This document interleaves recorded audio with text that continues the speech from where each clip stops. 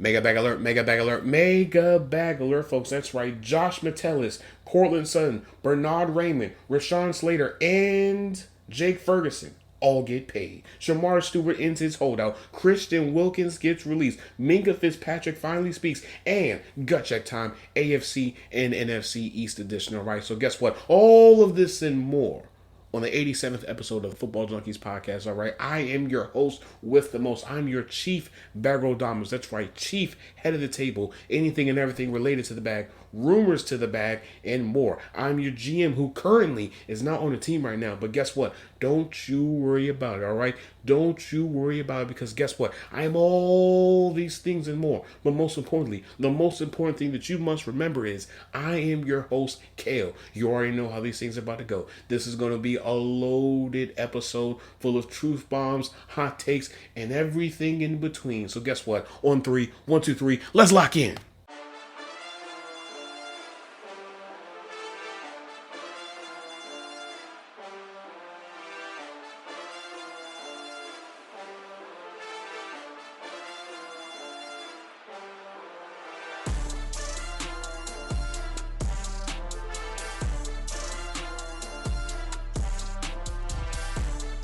All right, folks, let's just get into the meat and potatoes of everything that is going on in the league right now. So, Bernhard Raimann, that happened late last night, all right? 4-year, $100 million deal, $60 million guaranteed, and he'll be making $25 million a year. Courtland Sutton, $92 million deal, $41 million, making $23 million a year. When we look at his stats from this past season, 135 targets for 81 receptions, 1,081 receiving yards, and 8 touchdowns. Courtland Sutton is one of the better deep threat receivers in the league. Since coming into the league, he's been a dog. We should be talking about Courtland Sutton a lot higher than what we do currently. But I mean, we all know that's most likely because of the injuries and whatnot. But aside from the injuries, we would be talking about Courtland Sutton in the same conversation as an A.J. Brown, a Jamar Chase possibly, Amon-Ra St. Brown, the higher tier type of receivers. But when we look at this deal in its entirety, I think the number one question that comes to mind is, will this have a direct effect on Terry McLaurin's contract negotiations? Because right now, Adam Schefter reported yesterday on the Pat McAfee show that Terry McLaurin is looking to make more than what DK Metcalf is making, and rightfully so. Terry McLaurin, in my mind, is an underrated receiver that doesn't get his flowers. You are talking about somebody that is one of the better route runners in the league, that is consistent year in and year out. So it's only right that you give him what the market is currently set at, which is $30+ million a year. Let's be real here, folks. If you look at the top 10 highest paid wide receivers, you can make a strong case that Terry McLaurin is at least better than maybe 4 or 5 of them. I know he's better than T. Higgins. I know that he's better than Amon-Ra St. Brown. I know that he's better than DK Metcalf. Now, once we get to the part of CeeDee Lamb, Justin Jefferson's, Jamar Chase's of the world, that's when we start to have a different conversation. But right now, that is the going rate for wide receivers, and it's only right that Washington pay him the money that he's looking for. It's not going to hurt you. It's not like there's 2 or 3 other high-end players on your team that are looking for big money. No, he's the only person. Not to mention, you still have Jaden Daniels on his rookie deal. So it's not going to hurt you long term. By the time Terry McLaurin's deal is over with, it'll be time for you to pay Jaden Daniels. It's not going to hurt you. Because guess what? If you don't pay Terry McLaurin and he hits free agency next year, that means that most likely you're going to have to address wide receiver via free agency or in the draft. And me personally, I don't really like the receivers that are coming out this year. I'll probably have to do a little bit more digging because I've been looking at quarterbacks and whatnot. But I know everyone's going to be focused on 27's draft class because you're going to have Jeremiah Smith. You're going to have I forgot what his name, the receiver from Alabama. You're going to have more higher end receivers in the 27 class. So Washington, if I were you, don't just say, hey, the Broncos gave Courtland Sutton 23. We believe that that's your ballpark, 23, maybe 25. No, just give Terry McLaurin 30, okay? But let's keep this train going, all right? Jake Ferguson, tight end for the Cowboys, inks a 4-year, $52 million deal. He gets a $12 million signing bonus, $30 million guaranteed, and he'll be making $13 million a year. Now, when we look at his stats from this past season, 86 targets for 59 receptions, 494 receiving yards, 8.4 receiving yards per reception. And when you look at his stats, you're probably thinking, why in the world would they give him $13 million a year? You just got to turn on the tape. You just have to turn on the tape and you just have to see for yourself, okay? He's not the type of tight end that's going to wow you with his stats or his production, but just know he is a reliable weapon for Dak Prescott. That's all I'm going to say, all right? And let's keep this thing going. Rashawn Slater, left tackle for the Chargers. It's a 4-year, $114 million deal, $92 million in total guarantees, $56 million guaranteed at signing, a $29 million signing bonus, and he'll be making $28.5 million a year. He is now the highest paid left tackle in NFL history, okay? Now, when we look at the structure of his contract, which needs to be talked about, it is perfect. Down to the last detail. Just absolutely perfect. You want to know why? Let me explain it to you. So according to Spot Rack, okay, his cap hits moving forward. This year, 14.8. Next year, 23.8. The year after that, 31.8. The year after that, 29. And then the final year is 33.5. Those are all manageable cap hits. Not to mention, when you look at his base salary, this year is only $2 million. Next year it's 11. The year after that is 26. The year after that is 23.2. And then the year after that is 20.7. This is a really good deal for a very productive left tackle. Not to mention, as the contract continues to age, his dead cap hits actually decrease, which is actually very unique because most of the times as the contract ages, the dead caps increases. So this is a very unique structured contract, which I actually love this contract a lot. The two crown jewels on the offensive line is center and left tackle. Those are your franchise, they're never going anywhere positions.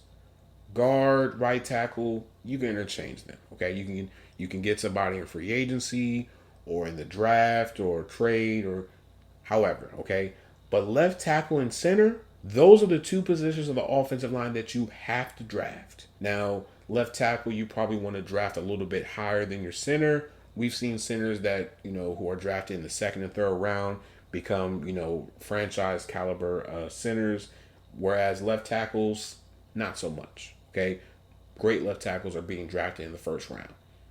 And so, with that being said, left tackle is a position where there is no minimum, okay? It's only elite or average. When you're an elite left tackle, you're always going to have a seat at the table because teams realize that, listen, if we don't pay our elite left tackle, our quarterback is going to be sacked more than protected. Not to mention, with college producing 3 to 6 elite pass rushers every single year, you have to find a way to neutralize their effect in the game. And the only way that you can do that is pay your elite left tackle. Let's be real here, folks. These are the people that are going up against the Chris Joneses of the world, TJ Watts of the world, Myles Garrett's, Max Crosby's, Nick Bosa's of the world. So it's only right that you compensate them fairly. Because if you don't, and if they hit free agency and if they go somewhere else, quarterback is going to get wrecked. And you don't want that. We see a lot of times, a lot of teams who invest into their left tackle. Case in point, the 49ers, the Buccaneers, the Ravens, the Eagles, even the Bills. All of them have elite left tackles. And they're always going to be paid because guess what? The team realizes that at some point, we're going to need you. You are the anchor of this offensive line. And if you're not on the field, we have a chance of losing the game than actually winning the game. There was a stat that came out last year. I think this was during Trent Williams' contract holdout. That when Trent Williams was on the field and they ran the ball in his direction, they were more successful than when he wasn't on the field. That's what happens when you have an elite left tackle. And those are hard to come by. Rashawn Slater is an elite left tackle. He doesn't get talked about as much, but he is one of those guys. Same thing with Tristan Wirfs. Same thing with Trent Williams. Those are still the big dogs. So they're going to be compensated as a big dog. Now, are there left tackles that may get overpaid a little bit? Yes. Is that because of free agency or of need? Yes. But the fact of the matter is this. If you don't have an elite left tackle, you're in trouble. All the other positions on the offensive line, they can be second and third rounders. They can be average to above average. But your left tackle must be elite. And if your tackle isn't elite, you have a problem. And you have to make sure that you take care of your left tackle. I don't care how much it costs. I don't care how you got to structure the contract. Make sure that your left tackle is a one helmet guy. And let's talk about the last extension, and that is Josh Metellus, safety for the Vikings, inks a 3-year, $30 deal, and he'll be making $12 million a year. When we look at his stats from this past season, 101 tackles, 2 picks. He was targeted 60 times for 44 receptions, allowing 475 yards and 1 touchdown. Josh Metellus is a Swiss Army knife when it comes to the defense. I have seen him lined up as an edge rusher, a middle linebacker, a corner, and even in his natural position at safety. Hell, they even have him taking snaps at defensive tackle. That's how diverse Josh Metellus is on this Vikings defense. I'm just going to read to you some of his stats in various positions. So at edge, he had 2 tackles, 5 quarterback pressures. He was targeted 3 times, allowed 1 reception for 9 yards. When we look at linebacker, for instance, 49 tackles, 2 picks. He was targeted 19 times, allowed 13 receptions for 153 yards. Slot corner, 31 tackles, targeted 23 times, allowed 19 receptions for 130 yards. That's just who he is. He's everywhere on the field. Not to mention, this is a good deal for both sides. It's not going to break the bank. It's not an earth-shattering type of deal. You're just compensating somebody that plays a very productive role on this defense. And you can't hurt the Vikings for just taking care of business. That's what you're supposed to do as a GM. Now let's get into somebody who in my mind I feel like sold himself out, and that is Shemar Stewart. So there has finally been a resolution between Shemar Stewart and the Bengals. So this is how things go. So they have agreed to the contractual language that could void future guarantees, but in return, the Bengals have moved up $500,000 of his signing bonus to be paid immediately. Brother, you got sold out. You are the test rat with no reward. You are the test dummy for this franchise. You have been standing firm for the longest time saying, listen, I'm not going to be the test dummy for this team when it comes to this new contractual language that you guys are trying to institute into my contract. It wasn't in Amarius Mims' contract, Joe Burrow's, Jamar Chase's, any of the other recent first rounders that the Bengals have drafted. So why in the world would you want to allow yourself to be the first person to do this? Do you not realize the amount of power that you have given the Bengals? They can now void your future guarantees for any reason. But do you want to know why the Bengals did this? Because they realized that there was a realistic chance that they weren't going to have neither Trey Hendrickson or Shemar Stewart when the regular season started. So they were shaking in their boots. They realized, hey, if we don't have neither one of them on the field, we're going to lose more games than actually win them. So you know what they did? So you know what? How about this? We'll just give you a raise on your signing bonus just so you can sign this deal. You sold yourself out short, Shemar Stewart.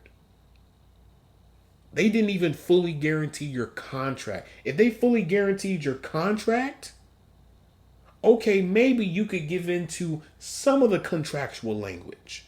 But the fact that you agreed to a contract that you deliberately know that they can void your future guarantees, and all they did to compensate you for was just give you a $500,000 raise to your signing bonus immediately. Unacceptable. But let's talk about Christian Wilkins, because this is a head-scratching move. Doesn't make a whole lot of sense, but I'm going to try to explain it as best as I possibly can. When the news first broke, it was a little bit of a head-scratcher because I'm like, wait, what happened? What caused for the Raiders to get rid of Christian Wilkins? They just signed him last year. We talked about it on this podcast. But come to find out, a few things that happened recently. So According to Adam Schefter via the Pat McAfee show, he allegedly kissed a teammate on the top of their head and the player took offense to the move. On top of that, his contract was voided due to a disagreement over his rehab process.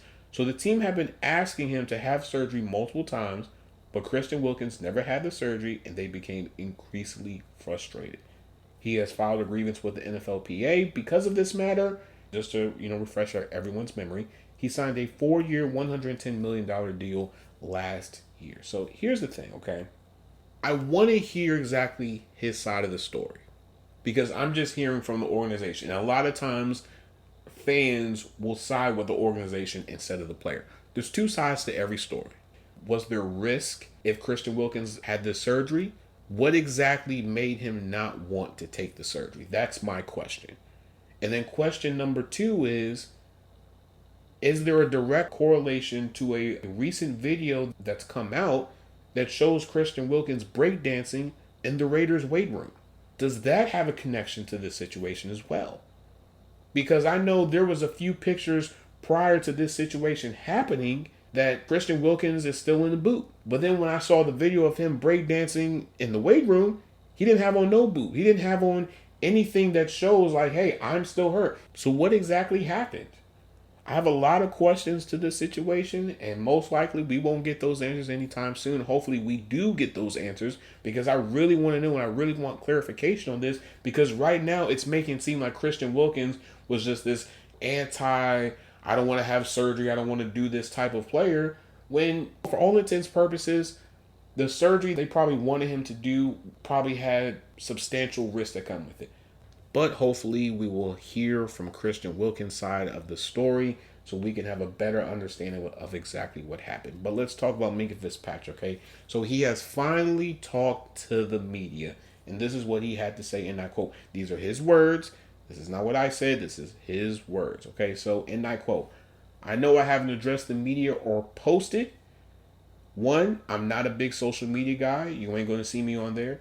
Period, point blank. This is what he said. This is not what I said. 2, in no way, shape, or form was that an expression or frustration about coming back to Miami.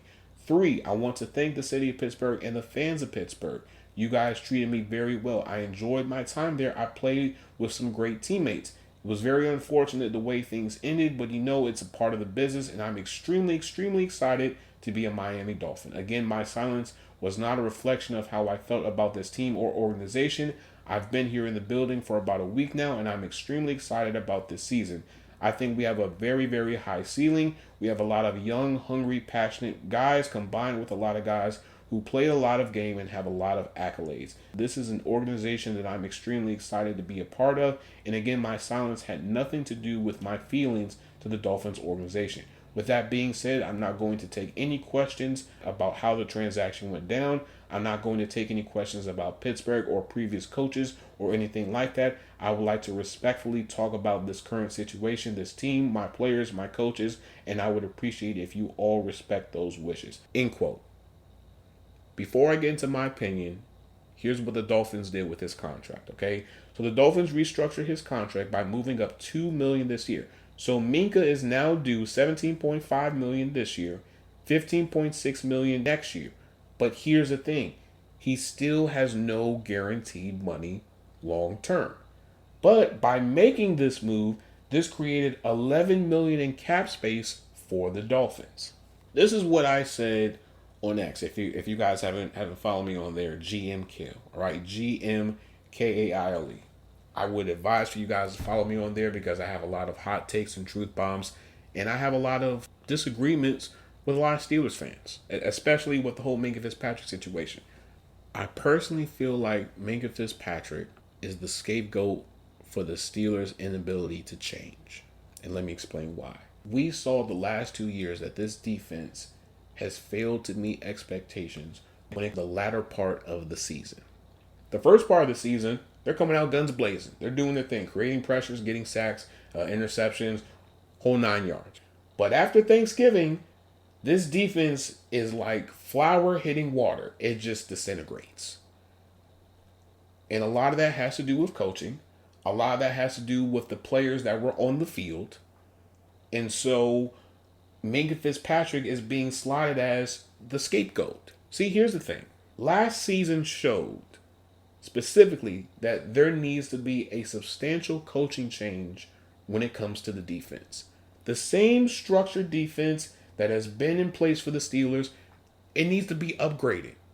Anytime when you have multiple players from different teams all say the same thing, oh yeah, we already knew what they was running. We already knew what this person was going to do, that person was going to do. We know where he was coming from. We know that, when we see TJ Watt lined up in this position, what formation they're going to do. Even the Patriots, Tom Brady, Julian Edelman, Gronk, when they was facing the killer bees during that time, they all said the same thing. We knew exactly what they were doing. They've been running the same thing for years. You can no longer just say, you know what, we're going to put our best foot forward, and guess what? We're going to out-physical you. We're going to beat you senselessly. You cannot do that now. Quarterbacks are going to pick up on that, and they're going to pick you apart. And that's what's happened. When this defense goes up against a Patrick Mahomes, a Lamar Jackson, a Joe Burrow, a Josh Allen, they get picked apart.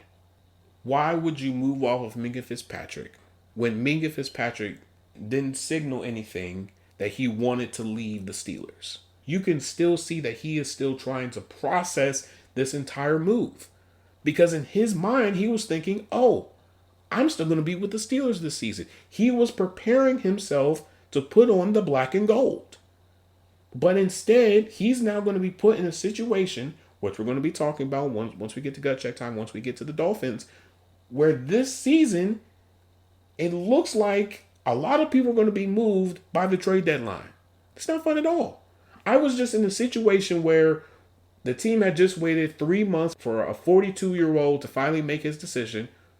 They made moves in the offseason. They got DK Metcalf. They drafted this person, drafted that person, made all these great moves. And so he's thinking, oh, okay, I'm a part of the picture. And then come to find out, you're not part of the picture. That's not fun. Especially somebody like a Minkah Fitzpatrick who has been a class act since coming to Pittsburgh. You're talking about somebody that when they're winning, he's talking to the media. When they're losing, he's talking to the media. He is the person that is being honest, that's being transparent, that is holding people accountable. And you have now lost that. And the reason why that you moved off of Minkah Fitzpatrick, Omar Khan, was because of positional flexibility. When Minkah Fitzpatrick was showing positional flexibility. I understand that he wasn't playing his best ball in the last 2 years, but you know what? You can't just blame him for that. The defense as a whole wasn't playing their best ball when they needed to. And I said this in the previous episode. Everybody just talks about splash. Everybody wants the 15-second clip of somebody making a pick, a sack, forced fumble. Nobody just wants to talk about the routine things that a player needs to do game in and game out. Minkah Fitzpatrick was doing the dirty work. Now, sure, is there criticism for Minkah Fitzpatrick? Yes. There were some plays where he did his own thing. But guess what? He has the leverage to do that because guess what? When he's done it, it worked. But when you're going through a stretch where you're not playing your best ball, you probably want to limit that. Okay, fine. But outside of that, there was no reason to move off of Minkah Fitzpatrick. Because I didn't see anybody complaining when Cam Sutton was doing his own thing. Everybody was tight-lipped. When Cam Sutton would miss on coverages and he would just do his own thing. But when Minkah Fitzpatrick did, somebody that's proven, recently proven, oh, it's a problem. Oh, they need to get rid of him. It doesn't work like that. Me personally, I'm wishing the best for Minkah Fitzpatrick. I hope he goes to a better situation. I hope he goes to a team that actually values his production on and off the field, instead of just going to a team that's just going to get rid of him just because he hasn't been productive in 2 years. But we'll keep some players on the team who have been productive their entire career. Let me stop before I go on my soapbox. Let's get into gut check time, okay? Let's just do it, because if I don't, I'll go on a whole rant about the Steelers. You guys already know how I feel about the Steelers. I am probably one of the most anti-Steelers fan you could possibly think of. And it doesn't have to do with the players. It has to do more with the structural, foundational things of the Steelers. Here you have somebody in Mike Tomlin a coach that everyone reveres highly of. But he has yet to make substantial changes to the schematics of his team. You have to present something different every single year. Sometimes you got to shake things up a bit. You got to do things a little bit different. Because if you don't, guess what? Offense are going to pick up on it. They're going to pick you apart. And then when you get punched in the mouth, after you thought you was going to punch them in the mouth, now you're going to look like you just ate a bunch of lemon heads. That's the problem that I have.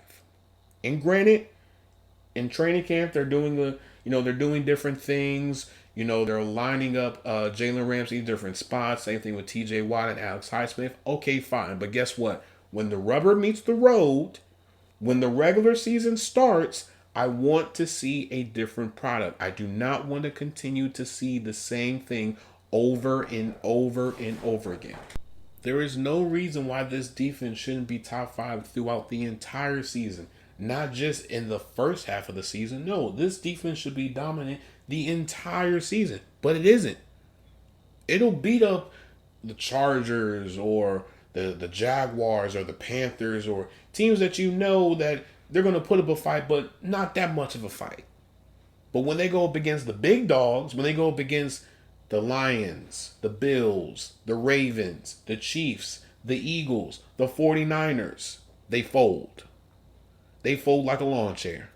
Off of my soapbox. Let's get into gut check time. For real this time, all right? So we're doing AFC and NFC, of course, but this is the East.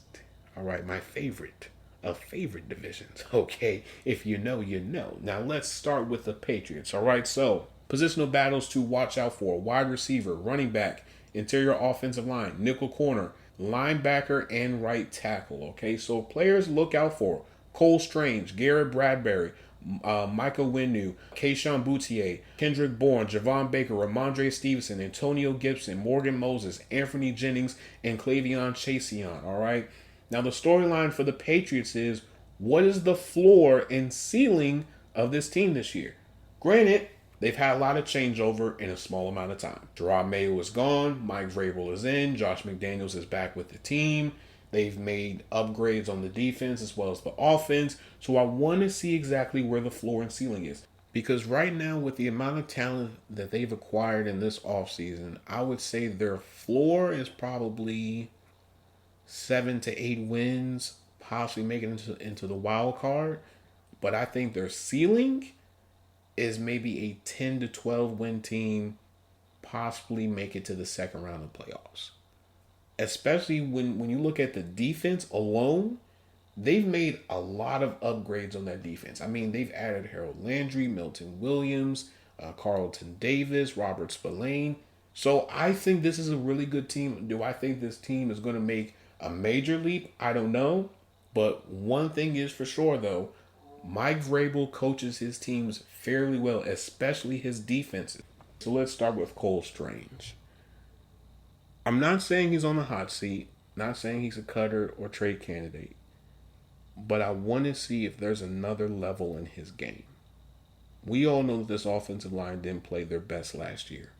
And so I want to see, can they at least show a little bit of something this year? I'm not saying everyone has to be all pros and pro bowlers, but if their play can just be above average, I think it will make the Patriots feel better about Cole Strange.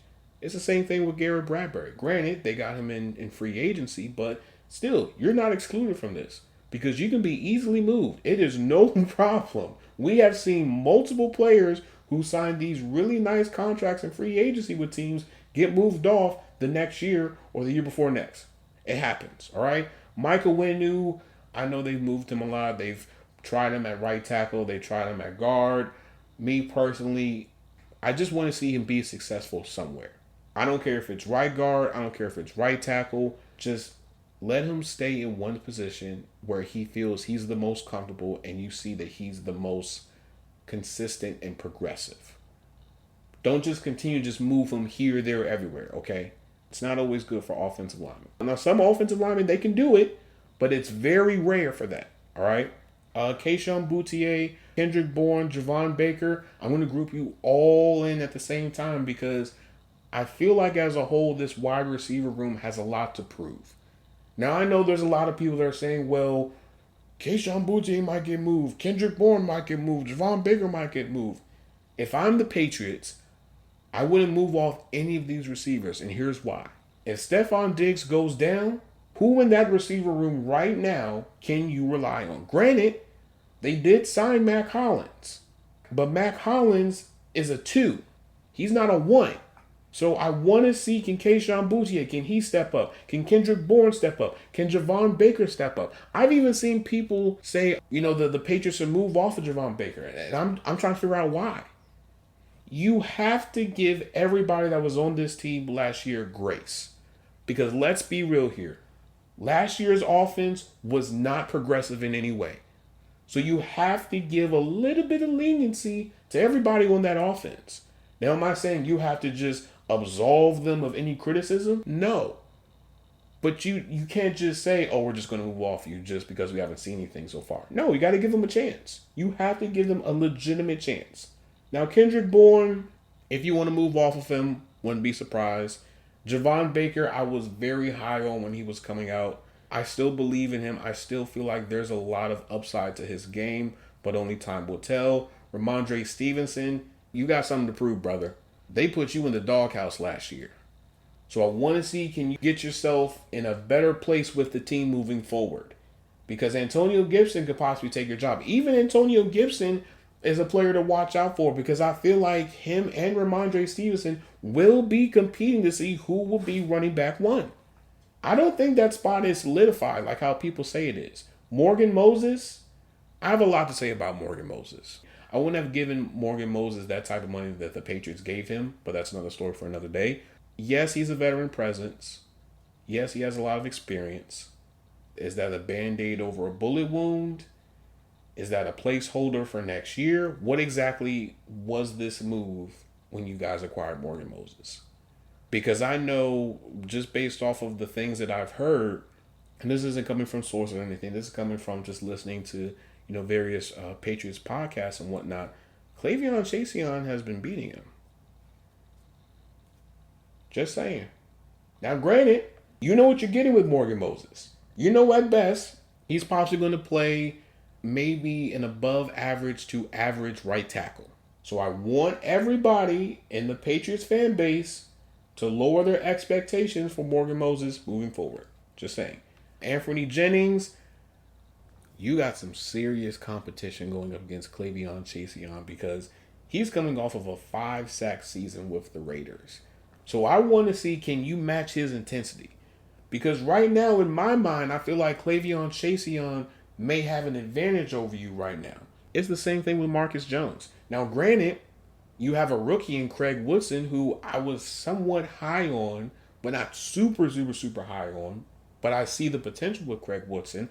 I want to see exactly how things are going to go between him and Marcus Jones.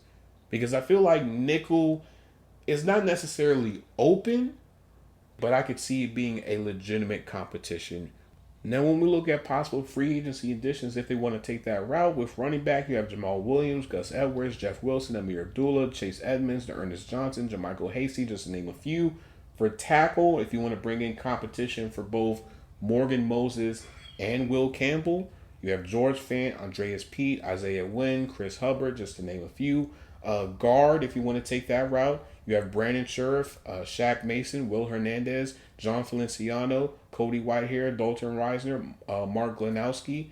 Wide receiver, if you want to take that route, if you want to bring in another veteran presence, you can do Keenan Allen, Amari Cooper, Gabe Davis, Nelson Aguilar, DJ Chark, Tyler Boyd, Chris Conley, Jamison Crowder, just to name a few. Cornerback, if you want to take that route as well, you have James Bradbury, Kendall Stephon Gilmore, Rasul Douglas. Can't say Mike Hilton anymore because he signed with the Dolphins not too long ago. C.J. Henderson, Michael Davis, Asante Samuel Jr., and Emmanuel Mosley. Now let's get to the Jets, all right? So positional battles I'm watching out for: cornerback, defensive end, quarterback, wide receiver, tight end, and offensive line, all right? So players to keep an eye out for: Brandon Stevens, Justin Fields, Mason Taylor, Alou Fashanu, John Simpson, Joe Tippmann, Elijah Vera Tucker, Armand Membu, Jermaine Johnson, Michael Carter II, and Isaiah Oliver, just to name a few. All right, so storyline for the Jets is, how will an Aaron Glenn-led team look like? We all know Aaron Glenn's work because we saw those defenses with the Lions the last few years be super productive, create a lot of turnovers, a lot of pressure, and a lot of times win some games. So I want to see will that same culture follow here with the Jets. Because mind you, the Jets have a lot of pieces on the defense, okay? You have Quinnen Williams, you have Sauce Gardner, you have Michael Carter II. You have a lot with this defense. So I feel like if they buy into what Aaron Glenn is trying to sell them, I think this defense could possibly be top 10. Am I saying top 5? Let's pump the brakes. But I think top 10 is perfect for the Jets right now. Now, players to keep an eye out for, Brandon Stevens. Granted, they gave you a big bag in free agency, but if you know about Brandon Stephens, you know about Brandon Stephens. Okay, that's all I'm going to say. Actually, you know what? No, a lot. I'm going to keep on talking. I just don't understand why they gave him the amount of money that they gave him when he really wasn't that good of a corner last year with the Ravens. I mean, everybody knew that if Brandon Stephens was going up against Jamar Chase or George Pickens or any of those other top tier receivers, guess what's going to happen? He's going to get hibachi, fried, sauteed, grilled, everything in between. So hopefully that doesn't happen with the Jets. I don't know. Seen crazier things. Let's keep this thing going. Justin Fields. Yes. Am I saying that he's on the hot seat? A little bit. Because I want to see where he is right now. Granted, we all know what happened with Pittsburgh and how Pittsburgh really didn't give him a legitimate chance. Yes, I know. I've been saying it for years and years. Who cares, right? But I want to see where he is right now. I want to see how is he going to handle this press right now. Because I feel like personally, if Justin Fields doesn't show anything this year, this may be his last chance of being a starting quarterback within the league. But your offensive coordinator, who comes from Ben Johnson, may be able to help you and revitalize your career because right now I feel like Justin Fields is underperformed. But the reason why he's underperformed in some ways is his fault, but isn't his fault. And let me explain. So when he was drafted by the Bears, for one, I think the next year, the GM was gone, new head coach, new change of everything. Like, they didn't give him a legitimate chance in neither Chicago nor in Pittsburgh. So this is his legitimate first real chance of playing an entire season as a starting quarterback for a team. So I want to see how he handles that. Now, Mason Taylor, you're a rookie. I just want to see where you are right now. Because I know he was definitely one of those tight ends that, you know, everybody was ranting and raving about. You know, you had him, you had, I forgot who, Elijah Arroyo, you had Tyler Warren, you had, oh my God, I can't even remember all the other tight ends, but you came from a really good tight end class. So I just want to see where you are. Olofushanu, now that you're going back to your natural position in left tackle, I want to see how you do there.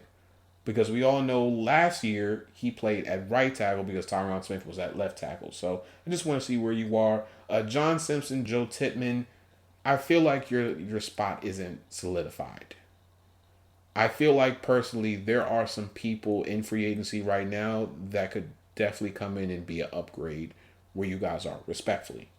Not trying to be disrespectful or anything, but if I'm them, the margin for error should be very low. And if it isn't, they might move off you. Elijah Vera Tucker, I want to see where you are. Because to me, I feel like you've sort of underperformed so far in your career for, you know, one reason or the other. But I just want to see where you are. Everyone on this offensive line needs to improve, needs to take that next step. Olofushanu, Armand Membu, everybody. Even though Armand Membu is a rookie, I still want to see something because there was a point in time I was like, hey, he's right tackle number 3 for me. He's right tackle number 2 for me. Just saying. That tape don't lie. Jermaine Johnson, I want to see where you are coming off of the Achilles injury. Because prior to that injury, he was a dog. He was getting through, creating pressures, getting sacks, doing everything in between. Michael Carter II, we know that the Jets paid you fairly well. I just want to see, you know, can you hold your own? There's nothing really big to talk about with Michael Carter II. I feel like he's a really productive nickel corner, but I just want to see how you're going to handle with with this new regime change. Same thing with Isaiah Oliver as well. But when we look at possible free agency additions, you have Brandon Sheriff, you have Shaq Mason, Will Hernandez, John Feliciano, Cody Whitehair, Dalton Reisner, Mark Lanowski, if you want to take that route. For tackle, you have George Fant, Andreas Pete, Isaiah Wynn, Chris Hubbard. If you want to bring in competition, for Luke Fashanu and Ahmed Membu. Tight end, you have Noah Fant, you have him.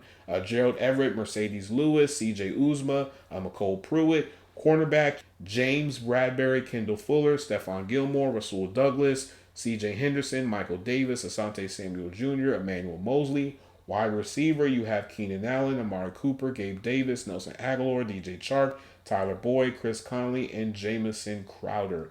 Defensive end, you have Jadeveon Clowney, DeMarcus Walker, Montravius Adams, Jerry Hughes, and William Golston. Let me go back to wide receiver just for a moment. So the reason why I put wide receiver on there is because outside of Garrett Wilson, who just got his deal, I don't feel like Allen Lazard's seat is safe. I feel like he could be moved. I wouldn't be surprised if the Steelers called for Allen Lazard if things aren't working out with the receivers that they have right now. Just saying. Not to mention, you have other receivers as well who have a lot of potential that you want to see take that next step, continue to progress, continue to get better as the years go on. That's the number one thing that I want to emphasize with all these gut checks when I'm covering any of these teams. I want to see can players continue to improve, because the minute that you can improve, you are no longer useful for a team. That's my belief. I could be wrong, whatever, okay? Now let's continue on with the Dolphins, okay? So positional battles to watch out for. Guard, cornerback, outside linebacker, defensive end, backup quarterback, and safety, all right? So players to keep an eye out for: Zach Wilson, Quinn Ewers, James Daniels, Jonas Savaniah, Liam Eichenberg, Kenneth Grant, Jalen Phillips, Bradley Chubb, Jack Jones, Cam Smith, Dante Treader Jr., Ifitu Melifanu, Storm Doug, Jason Marshall Jr., Ethan Bonner, Kader Kohu, and Mike Hilton. So the storyline for the Dolphins is, how will this team handle pressure?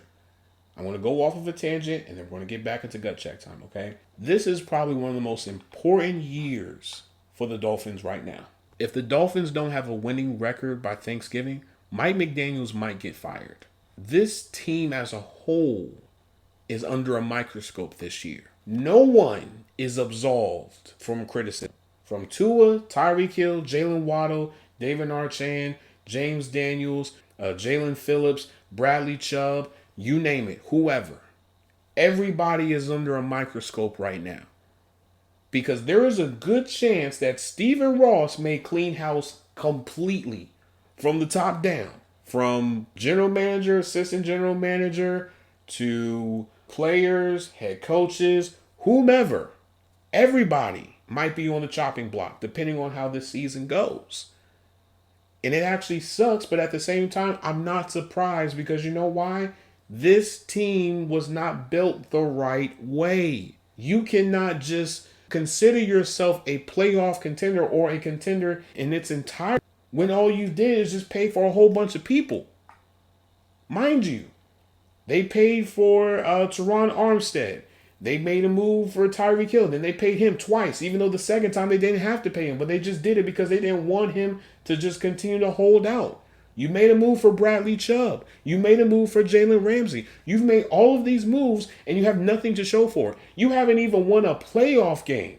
I remember after that game, I think it was against the Broncos, when they put up, I don't know, I think it was like 70 or like 80 some points against them. Everyone was like, oh, wow, are the Dolphins real contenders? Are they a team that you can't mess with? Oh, man, the Dolphins, they might be a problem moving forward. And then guess what? They make it to the playoffs. They go to the Chiefs. They fold. And everybody is saying, it was so cold. We couldn't take the cold. No, that's unacceptable. Even when it came to the Tua contract, I remember, because I said it on this podcast, that contract is not going to age well. And this has nothing to do with Tua personally. This is from a football standpoint.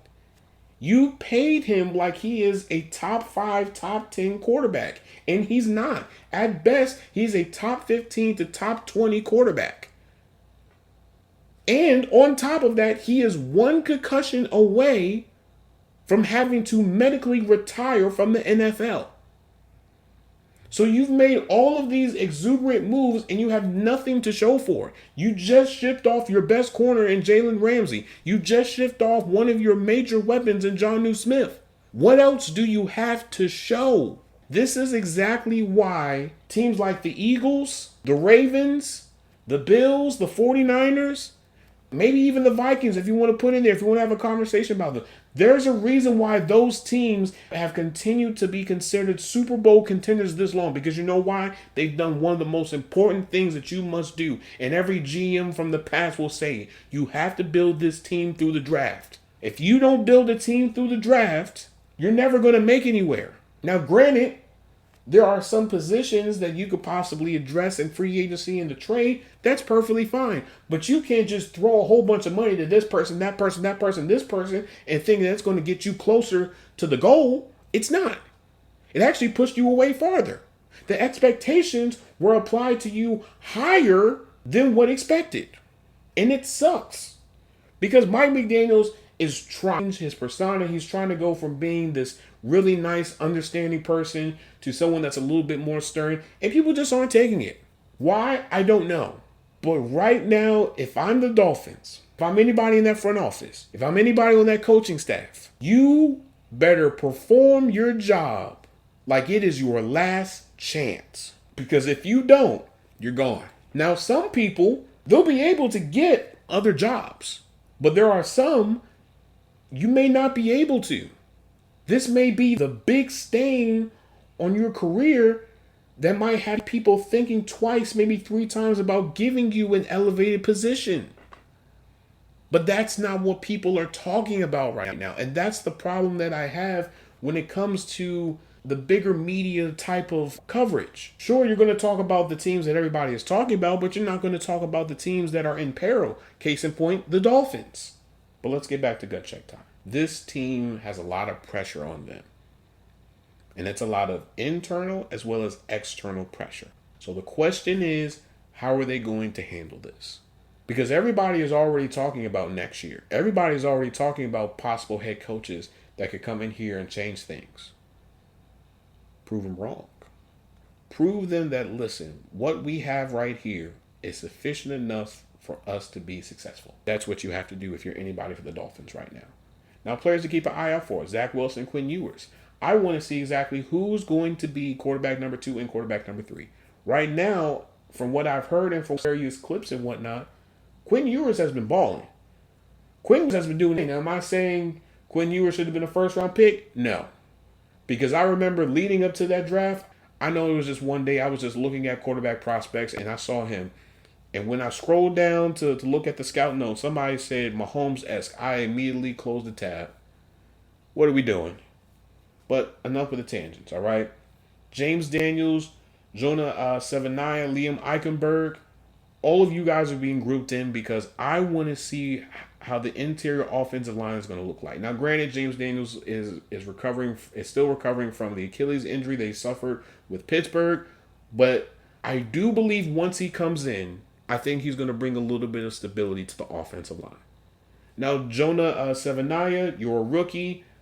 I want to see, can you solidify a starting role in this team? Because right now, as much as Dolphins fans don't like Liam Eichenberg and you want to trigger a Dolphins fan, mention that name, Liam, they will lose their mind. That's another story for another day. I want to see how things go between Liam Eichenberg and Jonah Sevaniah.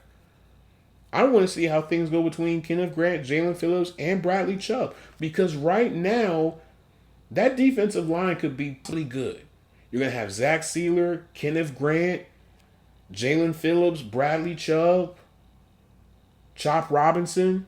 It's a lot of potential. The question is, who's going to bring it together? Who's going to solidify their role? And who's going to step up? Because Kenneth Grant, coming out of Michigan,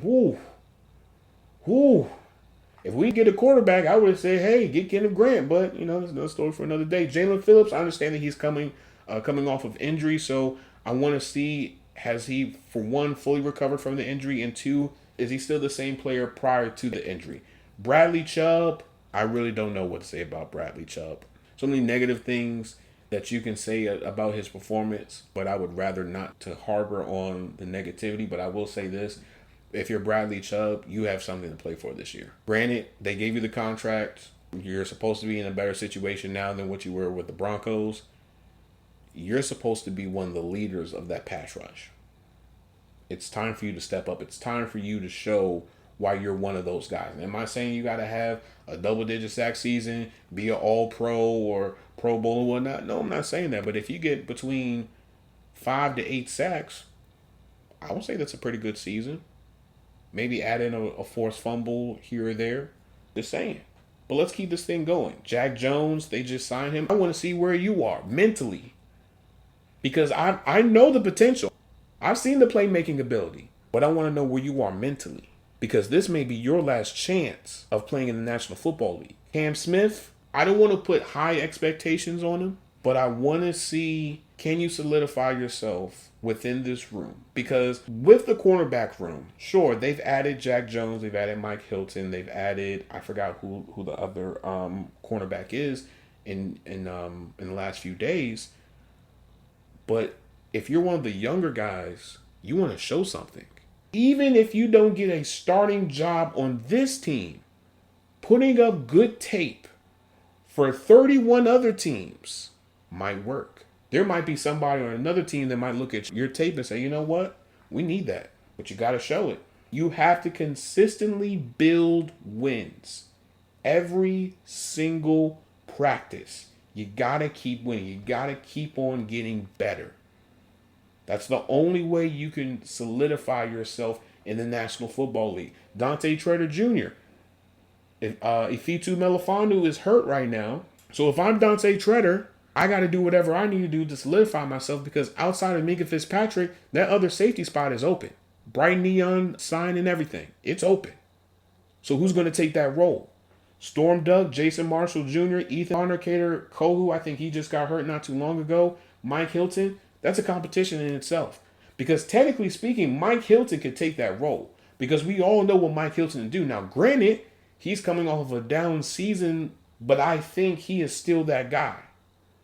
So I want to see how Storm Duck, Jason Marshall Jr., and Ethan Bonner are going to handle that diversity. But when we look at, possible, free agent additions, for a defensive end, I mean, you have Jadeveon Clowney, DeMarcus Walker, Montravius Adams, Jerry Hughes, William Golston. Outside linebacker, you have Matthew Judon, you have Preston Anzadarius Smith, Duke Riley, Shaq Barrett, Tyus Bowser, cornerback. If you want to bring in an upgrade, I would say James Bradbury, Kendall Fuller, Stephon Gilmore, Rasul Douglas, even though he turned that money down, C.J. Henderson, Michael Davis, Asante Samuel Jr., Emmanuel Mosley. Now, with Asante Samuel Jr., this is what I'll say. If his neck checks out and if there's no lingering risk, then I would say get Asante. But that's not my call. Quarterback free agents, if you want to take that role, you have Carson Wentz, you have C.J. Beathard, and you have Teddy Bridgewater. So all in all, I feel like this team can do something, but I'll say this. My expectations for the Dolphins this year are very, very, and I mean the lowest of the low. I'm talking about it can almost touch the floor. Pardon the interruption, but this is your GM, your Bag Road Dominus, here to talk about RSS.com, all right? So if you guys already don't know, I am a RSS.com affiliate, and so I just want to tell you for just a quick moment about why you should choose RSS.com. So me personally, on my journey of podcasting, I was looking at different platforms just to find the right place. And I looked here, I looked there, I looked everywhere, but I checked out RSS.com and it was the best decision I ever made. From low prices to interactive analytics to as well as helping you with your distribution. RSS.com does it all. Not to mention, they just started a Slack channel where you can network and interact with other podcasters and even get some insightful tips on how you can increase your podcast even more. So head on over to RSS.com. I will be attaching my RSS affiliate link within the description. When you click on that link, I will be able to receive some compensation for it. And with that compensation, I will be able to give you guys a better product. A lot of that money will go towards upgrading the microphones, computers, new subscriptions for more analytical information that we can use for future podcasts, all of that and more. Thank you for your support, and thank you RSS.com for making me an affiliate. Now back to the good stuff. Now let's get to the Bills, okay? So their positional battles to watch out for: wide receiver, defensive end, quarterback, defensive tackle, and free safety, all right? So players to keep an eye out for: Elijah Moore, Curtis Samuel, Laviska Shenault, KJ Hamler, Tre'Davious White, Cole Bishop, Damar Hamlin, Joey Bosa, Deion Walker, TJ Sanders, and Landon Jackson, okay? So the storyline for the Bills is, can this team get over the playoff hump? Now, I understand there's a lot of butthurt Bills fans out there and a lot of people that just love the Bills. Oh my God, I just love the Bills. I understand that. It's perfectly fine. Okay, I root for Josh Allen as well. I like his play. But let's be real here. You guys have underperformed the last few years. Every single time you guys either go to Kansas City or Kansas City comes to you, guess what happens? You fold. Let's be real here. Chiefs are still the gatekeepers for the AFC. Despite them losing in this past Super Bowl, they are still the gatekeepers. And they will continue to be the gatekeepers until somebody takes that role from them. And mind you, the Bills have had some pretty good teams in the last few years. And they've all underperformed. That year where they were supposed to win, and it went into overtime and Tyreek Hill did his thing, you're supposed to win that. You literally had a receiving core that had what? Emmanuel Sanders, Stephon Diggs.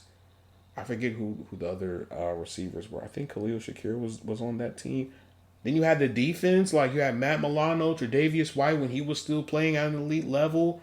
You had the safety duo. Like, you've had some really good teams, and you have underperformed every single time. It is time for you to get over the hump. It's the same thing that I'll say with Lamar Jackson. For all the people out there will say, well, you got to say the same thing for Lamar Jackson. I do. If you follow me on Twitter, GMKL, you would know. The same criticism that you can have for Lamar Jackson is the same criticism that you can have for Josh Allen. Both quarterbacks have yet to get over the playoff hump and have yet to make it to the Super Bowl. Even though a lot of times they've had the better team than the Chiefs.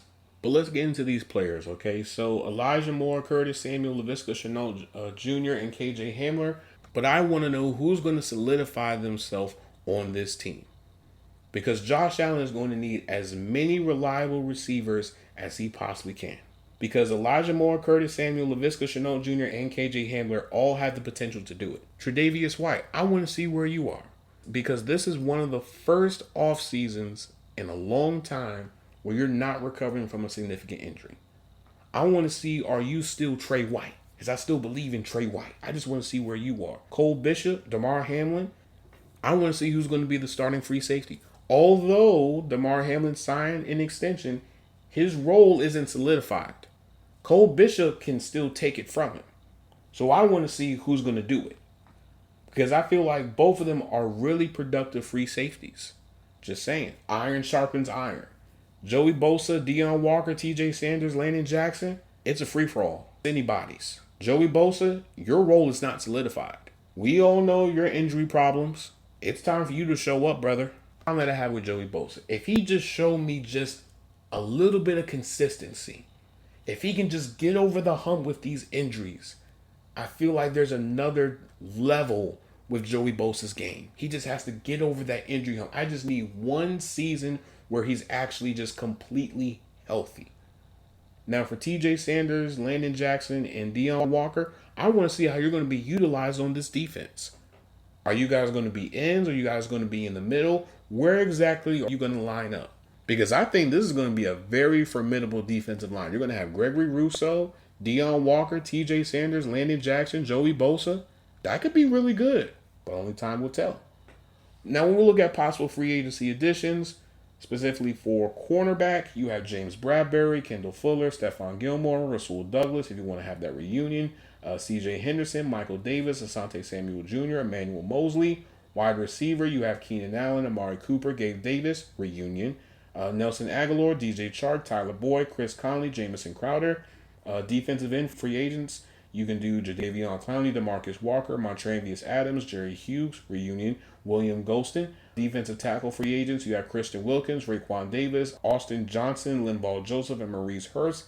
And for free safety free agents, you have Marcus Williams, Justin Simmons, and Jordan Poyer. Okay, so let's go to the NFC East. Yes, the division everybody loves. Let's go with the Eagles. Okay, yes, we're going to start with the Eagles. I'm going to save the best team for last. That's going to be the dessert. Okay, if you know, you know. So positional battles for the Eagles. Defensive end, guard, specifically right guard, outside linebacker, cornerback, free safety, strong safety, and inside linebacker. Okay, so players to keep an eye out for: Moro Ojomo, Ty Robinson, Nakobe Dean, Jihad Campbell, Jeremiah Trotter Jr., Jalix Hunt, Azeez Ojulari, Kaylee Ringo, Adoree Jackson, Tyler Steen, Sidney Brown, and Lewis Kine. The storyline for the Eagles is, can this team avoid a Super Bowl hangover? Now, so far, based off of press conferences and things that I've seen, everybody is locked in. Everybody is under the same impression, which is, that was last season. This is a whole new season. Our record is 0-0. That has nothing to do with us, which is the right mentality, but I just want to see if that's going to carry on the field. All right, let's get to these players. So, Moro Ojomo, this is your first opportunity to be a starter on the team, because right now Ty Robinson might take that. Ty Robinson looked like he is a monster. I don't know how in the world he fell to the Eagles, but man, he looks like Trey Hendrickson, but bigger. I have high expectations for Ty Robinson. Nakobe Dean, your role is not solidified, especially with them drafting Jihad Campbell. Just saying. It's the same thing with Jeremiah Trotter Jr. Sure, you showed a little bit last season, but I want to see more. I want to see more consistency. I want to see you elevate your play. Now, I'm not saying you have to be on this crazy tear. No. But what I am saying is this. If you are very productive, then your role is solidified. You have nothing to worry about. Because right now, Jihad Campbell in some ways has an advantage over both Nakobe Dean and Jeremiah Trotter Jr. Because why? He has positional flexibility. I have seen Vic Fangio talk about using Jihad Campbell sort of like how the Buccaneers use Derrick Brooks, which at times they use Derrick Brooks as both a middle linebacker as well as an outside linebacker. I think Jihad Campbell has the intangibles to do that. But let's see. Jalix Hunt and Azeez Ojulari, that's going to be an interesting battle. Especially for Azeez Ojulari, because I love his game, but I don't know what it is. He just has to be more consistent and he has to stay healthy. If he does those two things, I guarantee you we will be talking about Azeez Ojulari a lot more. Now, Jalix Hunt, whatever you need to do to solidify your role, do it. Because Azeez is hungry. Now let's go to Kelly Ringo and Adoree Jackson. I feel like this is somewhat of an even competition between the two because both players have something to prove. And those are some of the best competitions in all of training camp because neither player has the advantage over the other. Neither one of them is, I'm coming off of having this season or I did this past season. No, it is a clean slate for both of them. And this actually is Ringo's first time playing outside corner full time. So I want to see if you're able to do that. Because Adoree Jackson, although he didn't play his best ball with the Giants, I still feel like he can be a very productive corner in the National Football League. Tyler Steen, Sidney Brown, Lewis Kine, I want to see what you guys are going to do to be the backup safety.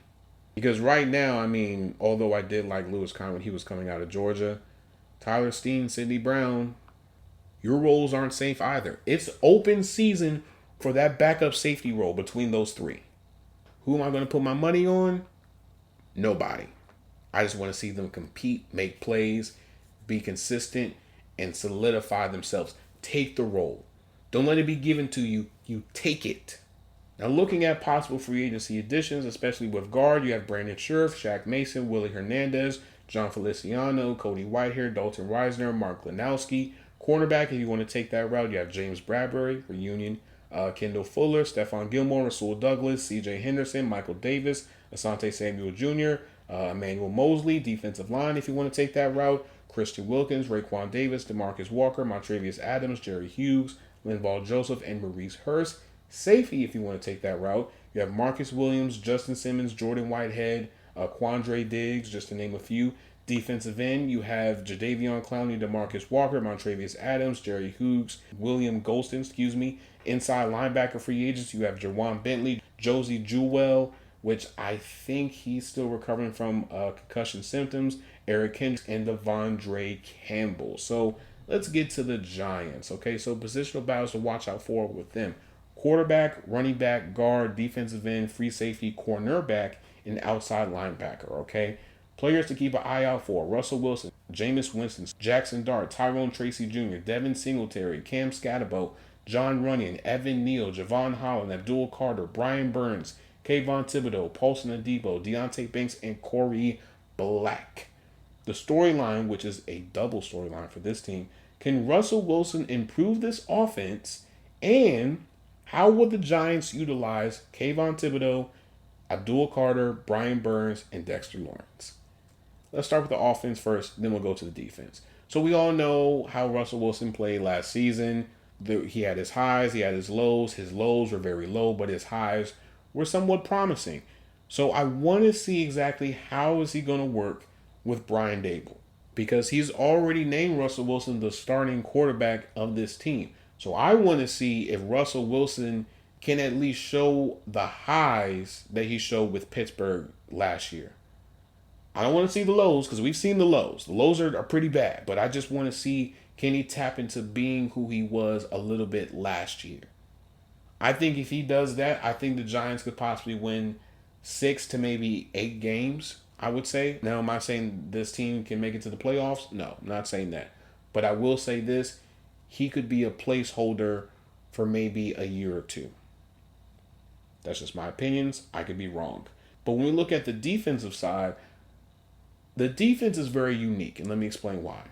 So you're going to have a defensive line that has Kayvon Thibodeau, Brian Burns, Dexter Lawrence, and Abdul Carter. How is this all going to work? Is Abdul Carter going to be an end? Is he going to be an outside linebacker?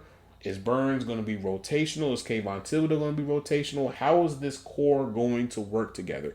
Because I understand that they want to create more pressure and they want it to have a more dominant defensive line. So I want to see how this is going to work moving forward. Because I know there was a point in time where Kayvon Thibodeau's name was being floated around as a possible trade candidate. So far that hasn't happened, but hey, crazier things can happen, you know. But players to keep an eye out for: Russell Wilson, we just talked about. Jameis Winston, can you be consistent? Because when he was with the Browns, when he was on, he was on. He was Jameis Winston. But when he was off, when he was just Jameis, it wasn't the best. So I want to see, can you solidify yourself as the backup quarterback for Russell Wilson? Now, Jackson Dart, I want to see, I just want, from a mechanical standpoint, I want to see how you execute NFL level plays. And I just want to see, can you just do the routine things?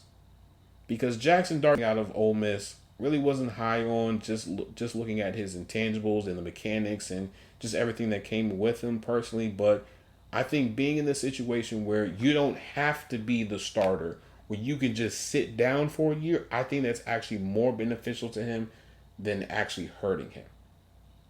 Again, these are just my opinions. Tyrone Tracy Jr. and Devin Singletary and Cam Scatterbo, I want to see how this core is going to work. Because Tyrone Tracy was doing his thing late last season. So I want to see if that momentum is going to continue into this upcoming season as well. Devin Singletary, I don't really have any clear-cut opinions about him. I just want to see, could he be a productive backup running back? Cam Scatterbo, I just want to see where you are from a health standpoint and can you execute, NFL level plays. That's really it. Nothing super serious. John Runyon and Evan Neal. This one is interesting because we all know that Evan Neal transitioned from being a tackle to a guard. So I want to see how that competition is going to look like between him. Do I think John Runyon will possibly win it? Most likely. Do I think this may be the last chance for Evan Neal? No. Evan Neal will always get a chance. As long as Evan Neal is average, he will always have a role on an NFL team. May not be a starter, but he'll have a role. Javon Holland, sure, the Giants gave you a bag. I want to see, can you be the difference maker? Can you be the game changer? Can you be the person that they have paid you to be? Because they paid you to be all of those things and more. So let's see if you can live up to that hype. Abdul Carter, Brian Burns, Kayvon Thibodeau. I just want to see how you're going to be utilized on this defensive line. And who would be willing to take a step back if it means that it benefits the team as a whole. I know that's weird. Just there's a beauty in my madness, okay? Just walk with me. Because right now, and I'll continue to say this because I said this when they drafted Abdul Carter, I didn't see a need for the Giants to draft Abdul Carter. Not when you have Brian Burns and Kayvon Thibodeau. So my question is, does this mean Kayvon Thibodeau may be on the move? Because you can't just have this many productive pass rushers on one team. Someone's going to have to take a back seat. So who's it going to be? That's my question moving forward. Paulson and Debo, Deontay Banks, Corey Black, I want to see where you guys are, especially Deontay Banks. Because I know there was a period in time where Deontay Banks had fallen out of the good graces of the team, especially Brian Dable. There was a period in time where he got benched. Not looking good. You got to show something. Corey Black, Paulson and Debo, I want to see how you fit in this scheme. Do I believe that they're going to be highly productive? Yes, especially Paulson and Debo. But, only time will tell. But when we look at possible free agent additions for this team, safety, you have Marcus Williams, Justin Simmons, Jordan Whitehead, Quandre Diggs, if you want to take that route. Quarterback, if you want to take that route, just saying. Bridgewater. Cornerback, if you don't feel comfortable with what you have, James Bradbury, Kendall Fuller, Stephon Gilmore, Rasul Douglas, C.J. Henderson, Michael Davis, Asante Samuel Jr., Emmanuel Mosley. Defensive end, you have Jadeveon Clowney, DeMarcus Walker, Montravius Adams, Jerry Hughes, William Golston. Outside linebacker, you have Matthew Judon, Preston Anzadarius Smith, Duke Riley, Jalen Reeves-Maben, and Kamul Grazier-Hill. Running back, you have Jamal Williams, Gus Edwards, Jeff Wilson, Amir Abdullah, Chase Edmonds, Ernest Johnson, and Jermichael Hasty. Guard, you have Brandon Sheriff, Shaq Mason, Will Hernandez, John Feliciano, Cody Whitehair, Dalton Reisner, and Mark Glanowski. All right, so let's go to the Commanders. All right, so the positional battles to watch out for with them: wide receiver, guard, nickel corner, defensive end, right tackle, free safety, and cornerback. Players to keep an eye out for: Deebo Samuel, Luke McCaffrey, Jalen Lane, Michael Gallup, KJ Osborne, Nick Allegretti. Well, you can take Nate Herbig off because he just retired this morning. Josh Connerly Jr., Brandon Coleman, DeAndre Wise, Clinton Farrell, Eddie Goldman, Noah Ejibin. I don't even know how to pronounce it. I'm not even gonna butcher your last name. I'm not even gonna attempt to do that. Noah, I'm not gonna butcher your last name, dog. I don't want to do that. Jonathan Jones, Quan Martin, Jeremy Reeves, Trey Amos, and Marshawn Lattimore. I think I want to put Von Miller. You know what? I'm going to put Von Miller on that list too. So the storyline for the Commanders is, can the Commanders solidify their place in the NFC? We all saw that special season last year with the Commanders. I want to see, can they repeat that? Now, mind you, they've made some pretty big moves this offseason. They traded for Laremy Tunsil and Deebo Samuel. They just signed Von Miller not too long ago. I want to see, can this team continue to grow, continue to build, continue to say, hey, this is our role in the NFC. We aren't just the pushover Commanders of old. We are the serious contender Commanders that can go toe-to-toe with the best of them in the NFC. Because they have all the intangibles to do it. I just want to know, can they take that next step? Because I feel like they can be the team that can go toe-to-toe with the Eagles in the NFC Championship again. I think they can do it now. I think they can do it against the Rams. You name any of the top NFC teams right now, I guarantee you the Commanders can hold their own against them. And this is not to hype up any Commanders fans or the Commanders team as a whole, but last year showed a lot. Jaden Daniels showed a lot. This team showed a lot. So I want to see, can they continue to repeat that? Now, let's start with these players, okay? Deebo Samuel. I want to see what version of Deebo Samuel is the Commanders getting. Because we all saw the Deebo Samuel of the 49ers. I want to see, is that guy still there? Now, granted, so far from what I've heard, he's actually been doing really well. He's actually in better shape now than what he was with the 49ers. So let's see if that momentum continues. Luke McCaffrey, I want to see where your role is on this team. Because sort of like your brother and even your father, you guys are sort of like Swiss Army knives. You know, you guys don't just play one position. You guys can play multiple positions. So I want to see, are they going to use you like a Swiss Army knife? Because that would actually be super dope. Because I think you have the potential to do that. Jalen Lane, Michael Gallup, KJ Osborne. I want to see who's going to solidify themselves as the backup receiver for this team. I think Michael Gallup can still do it. I think KJ Osborne can still do it. Let's see. Nick Allegretti. I think right now, don't take the announcement of Nate Herbig retiring lightly. Because they're going to bring in somebody. Now, is it going to be somebody that's going to take your job, or is it going to be just competition just to see where you are? That I don't know. But best believe they're going to make an addition at guard at some point. Josh Connolly Jr., I want to see where you are between yourself and Brandon Coleman. Because right now, I feel like Josh could potentially be the week one starting right tackle. His upside is really, really good. I'm talking about a dog. If you haven't looked at his film when he was at Oregon, please look at it. But let's keep things going, okay? So Deontay Wise and Clinton Farrell, Eddie Goldman. I want to see who's going to solidify themselves as the backup pass rusher. Clinton Farrell, I feel like there's another level to your game. Same thing with Deontay Wise. And even Eddie Goldman. I feel like this could be the situation where you could have a resurgence in your career. But I want to see it.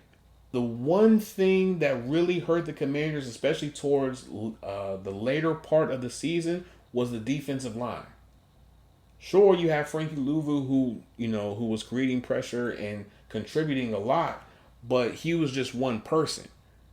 If you have Deontay Wise stepping up, Clinton Farrell stepping up, Eddie Goldman, and now Von Miller, that's a more formidable defensive line than what they had last year. Which we all know, if this team really wants to be successful, specifically this defense, they're going to have to create more pressure and they're going to have to really go after the quarterback. And that's why they made the investment in getting Von Miller. Noah, Jonathan Jones, that's an open competition.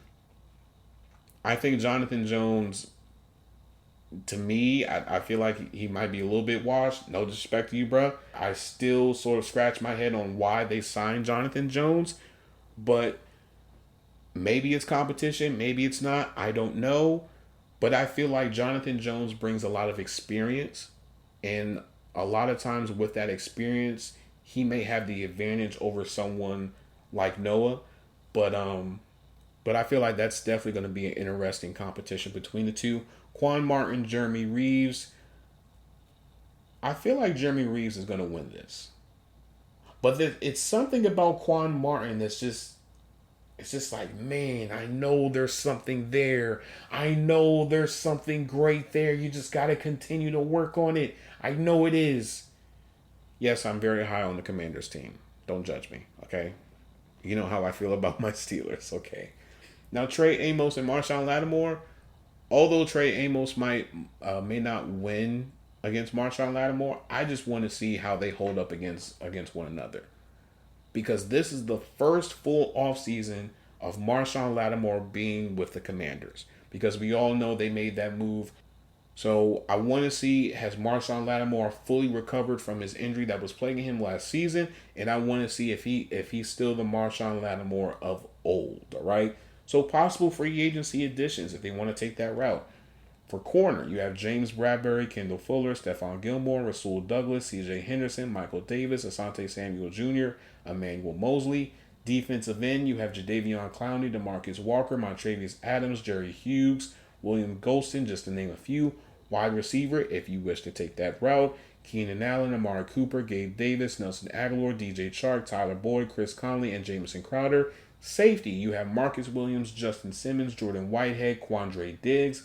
Tackle, if you want to bring in competition for Josh Connolly, you have George Fant, Andreas Pete, Isaiah Wynn, Michael Dunn, Raven Clark, Chris Hubbard, and Jermaine Afeti. Guard, you have Brandon Scherf, reunion, Shaq Mason, Will Hernandez, John Feliciano, Cody Whitehair, Dalton Reisner, and Mark Glanowski. So let's get to the final team. That's right, the team that we all love and hate, and that is the Cowboys. The Cowboys. So, positional battles to watch out for with them. Running back, wide receiver, left tackle, defensive end, defensive tackle, cornerback, and quarterback. Specifically, backup quarterback. I know. Everyone was thinking, oh man, you're going to talk about Dak Prescott? Why in the world would you say anything about Dak Prescott? Relax, okay? Relax. So players to keep an eye out for: Javonte Williams, Miles Sanders, Jadon Blue, Deuce Vaughn, Kevontae Turpin, Jonathan Mingo, Paris Campbell, and Joe Milton III. So let's start with the storyline, okay? So how will a Brian Schottenheimer-led Cowboys team look? This offense has gone through a lot of change in this offseason. Granted, they've added George Pickens. They drafted Jadon Blue. They added Miles Sanders via free agency. So I want to see how this offense is going to look with Brian Schottenheimer. Am I saying that I have high expectations for this team? No. Do I think this offense is going to improve from last year? It's a possibility. There's a lot of upside with it because we've all seen this recipe before. When Dak Prescott has a loaded wide receiver room, that's when he has his best season. And we saw it when they had Michael Gallup and Amari Cooper and CeeDee Lamb just for one season. For one season, there was a lot of upside with that offense. So I want to see how they're going to do with CeeDee Lamb and George Pickens. That's going to be super interesting, but let's get back to everything. But when we look at, the players to keep an eye out for: Javonte Williams, Miles Sanders, Jadon Blue, Deuce Vaughn. Yes, I put all the running backs on this list because why? Miles Sanders, to me, I feel like has the advantage over everyone because of his experience, production, consistency, the whole 9 yards. But I feel like Jadon Blue and Javonte Williams could give him a run for his money. You could even throw in Deuce Vaughn in there as well. I think all of them have a legitimate chance to be running back 1 or running back 2. There is nobody in this running back room right now that you can say, oh yeah, their spot is gone. Their spot is on another team. I think every single one of these running backs will be utilized with Brian Schottenheimer. Now, am I saying they're all going to get the same amount of snaps? No. But what I am saying is this. Someone like a Jadon Blue, who is super fast, you can use him in a multitude of different ways. Javonte Williams, we've all seen what he did with the Broncos. Let's see if he can do it with the Cowboys. But the only problem that I have with Jadon Blue is he does have a fumbling problem. And that dates back to him when he was in college. Sometimes the speed can get to him, and next thing you know, it's fumble. You don't want that. Kevontae Turpin, Jonathan Mingo, Paris Campbell. I want to see who's going to solidify themselves as the backup receiver. Paris Campbell, you're a veteran. I still believe in you. I remember when I was watching you during the combine that year, and you showed a lot of upside, and I was like, man, this guy is going to be great. I want to see it. Jonathan Mingo, yes, they traded for you during the middle part of the season last year. I want to see how things are going to go under an entire offseason with the Cowboys, especially with a new regime and Brian Schottenheimer. I want to see that. Kevontae Turpin, we saw how productive you was and how you were utilized this past season. Are the Cowboys going to use you just like that? Or is there another level with how they use you? That's my question. Joe Milton, I want to see where you are. Because, of course, they have Will Grier, but Joe Milton, to me, if you give him time to produce, I think he could do something. That arm, crazy. His athleticism, crazy. Now, am I saying he's going to take Dak Prescott's job? No. But what I am saying is this. There might be something in there for Joe Milton. Keep your eye on him, okay? Left tackle, especially with the news of Tyler Guyton yesterday, yes, that's definitely going to be an open competition. But I wouldn't be surprised if they bring in somebody. But the only problem is the available free agent tackles really isn't the best. I mean, you have George Fant, Andreas Pete, Isaiah Wynn, Michael Dunn, Raven Clark, Chris Hubbard, and Jermaine Ifedi. Really not the best, but you're going to have to make do with what you have right now.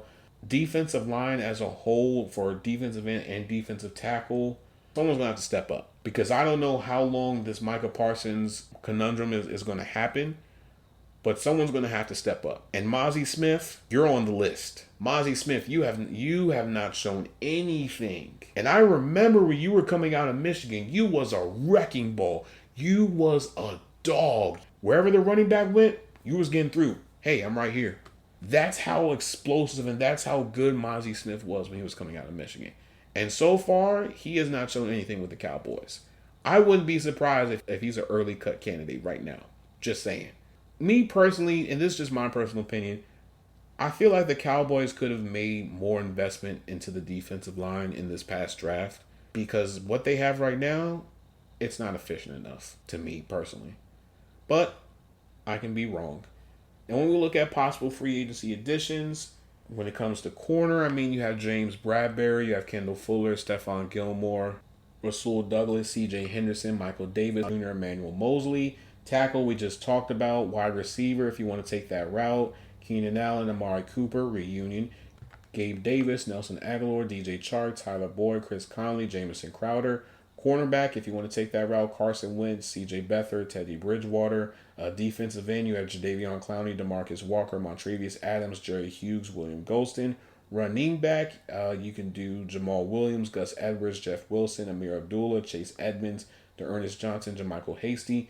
Defensive line free agents, you have Christian Wilkins, Raekwon Davis, DeMarcus Walker, Montravius Adams, Jerry Hughes, Linval Joseph, and Maurice Hurst. So, all in all, if I'm a Cowboys fan, I would set my expectations low because, for one, this defense, I feel like, is definitely going to be the Achilles heel for the Cowboys this year. But if they make at least one or two additions to that defensive line, there's a chance. I'm not saying it's a big chance, a legitimate chance. But I'm going to end this episode here. If you guys like what you are listening, please make sure you guys listen to the podcast, download the podcast, share the podcast with somebody else, okay? You tell another person that just loves football, that you think is a football junkie, tell them about this podcast, okay? Because we make sure that we feed the people and give them the fix that they love and or need, all right? Now, for my YouTube people, like, share, subscribe, turn the notification bell on, leave a comment below. Let me know your thoughts about any of the teams that I've talked about today. Let me know your thoughts on any of these teams that may be your favorite team. Let me know if I'm right, if I'm wrong, if I'm indifferent. If you have a different opinion of your team, let me know, please, in the comments. I would definitely appreciate it, guys. Now, when you go on our YouTube, Football Junkies Pod, all right, Football Junkies Pod, there's a link tree. You click on that link tree and it'll take you to anywhere and everywhere that we have Football Junkies content, all right, as well as our RSS.com affiliate link. When you sign up for RSS.com, we get some compensation, and when we get that compensation, all of that will go directly into the podcast, whether it means we upgrade the equipment, we get more analytical data from different platforms, PFF, wherever. Whatever we can do to make this podcast better for you guys, that's where the money's going to go into, all right? Now, for my audio listeners, we are available anywhere and everywhere that you listen to podcasts, whether it be Apple Podcasts, Spotify, Amazon. Yes, I checked. We are on Amazon and a few other places, okay? Now, if you go on Google, you type in Football Junkies Podcast, and we should be one of the first few links to pop up with the RSS.com link.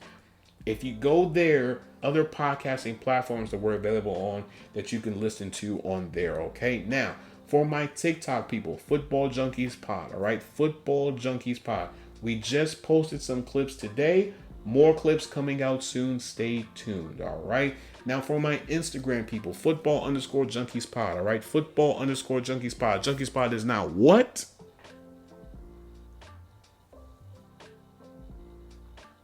It is together, not spaced, all right? It is together, not spaced. Follow me on X, GMKale, GMKAILE. Follow me on Blue Sky, GMKale, GMKAILE. All right. As always, I hope I gave you guys the fix that you guys need. I love you guys. I appreciate you guys so much. Stay tuned. We are on the final one, the final division that we have to talk about, and that's the West. All right. NFC and AFC West coming soon. Stay tuned. As always, this is your GM Kale signing out. Peace and love. Later.